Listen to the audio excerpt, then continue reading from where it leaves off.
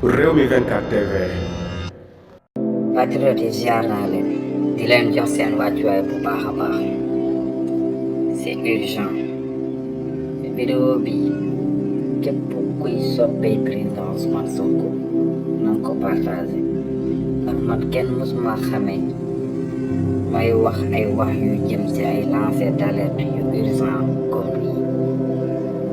te damay wax fu leer laa ko teg kilifa moom moo woo mu nekk bitim réew amul mu deful pour jot sama numéro lu ne def na ko pour jot sama numéro xëy na tey la ko yàlla dogal ba ñuy njëkk a dégg amul lu mu njëkk a wax c'est urgent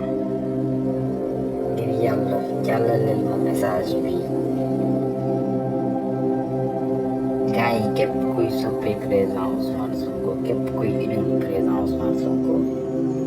bëgg kaaraange président Ousmane Sonko na nga ko partagé fexe leen ngeen partagé vidéo mu jàll xëy dëgg la nag yàlla rek moom mooy aar moom mooy sàmm waaye ñun lu loo dégg rek weddi danga naan kay tegoo sa bët mais lu loo dégg rek weddi waaye lépp lu ñu jot loo xamante ne baax na pour lancer d'alerte wala pour mën a sauver le président Ousmane Sonko dañ koy def parce que Sonko rek la ñu am amuñu keneen gars yi kii kilifa la lu ne def na ko pour jot sama numéro tey la ñuy door a xamante duma wax turam nag mais nee na ma tubaab kilifa bu mag ci tubaab yi Europe moo ñëw ba ci moom nee na kooku yàgg na ko sonal wax na ko information bi yàgg mais chaque jour su ñëwee tubaab boobu da koy laaj ndax jàll na ndax message bi ma la waxoon jàll na ndax moom nee na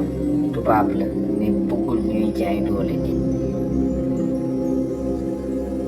dafa wax ne tubaab bi daf ko ne le 20 dañoo yëg ne gouvernement bi day ñëw Europe le 20 juin mu ne nag Paris bi yëpp maanaam Europe bi yëpp li leen yëngal mooy discours bi nga xamante ne moom la président Sonko te ni doon ci kanamu Mélenchon te discours boobu ñëpp xam nañ ne président Sonko dafa dëkkoon mu ne nag ñoom li ñuy ñaan yàlla instant bi moom mooy président Bassirou Diomaye Faye bu jour boo jugee Sénégal di ñëw Europe mu am ndax le président Ousmane Sonko ñoom loolu la ñu bëgg pour li ñu bëgg a def président Sonko ñu mën ko def parce que leen rek mooy bii bi mooy fexe door virus président Ousmane Sonko maanaam poisonné ko wala dóor ko virus wala def ko dara loo xamante ne bés bu fa jógee dina nekk di mort à petit feu di feebar ba dootul tala di ànd ak Diomaye Faye di feebar ba la ci topp yéen a gën a xam maara day daal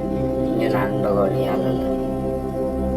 donc nag lii gën mu ne tubaab bi nee na ko lii gën mooy président Sonko toog Bassirou Diomaye Faye tamit parce que bu Bassirou Diomaye Faye tamit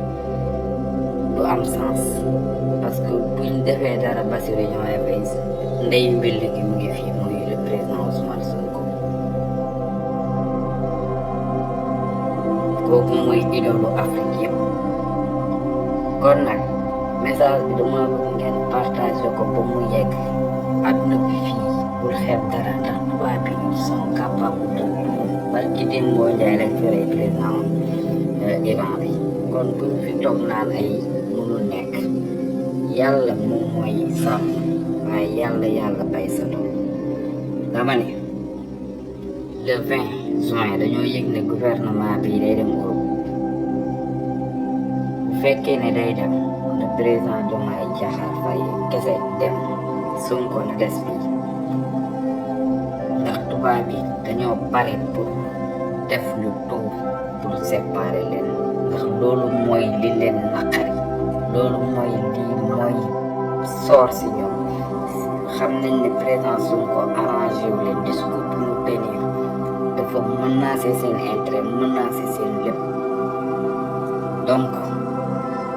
message bi maa bëgg ngeen jàllale ko parce que man kenn xamuma ay caaxaan ay détails man loolu yéen xam ñi ma yàgg si ba xam nañ ne bu baax man yooyu néew ma ci donc faites passer l'information bu loolu weesoo nag ma profité ci occasion bi ma wax leen ni que lien bi nga xamante ne moo nekk sama bio TikTok mooy vidéo bi ngeen di gis nii dem leen ngeen tapé ci lien bi ngeen dugg wax seen problème li nga xamante ne villageois yi moom ngeen di manqué ci ndox maanaam ñi nga xamante ne ñi doon jàmbat ndox di dugg ci commentaire di jàmbat problème forage problème ndox waxuma courant de problème ndox ak problème forage vidéo baa ngi nii dem leen ci bio bi ngeen def lien bi am na benn fenêtre bu ñu ubbi fenêtre boobu noonu nga remplir information yi fa nekk yëpp incha allah boo ko envoyé man dinaa recueillir seen réponse yi ñëpp su ko defee mu lépp dajaloo rek man dinaa def le tout ba fexe ko jottali le ministre de l'hydraulique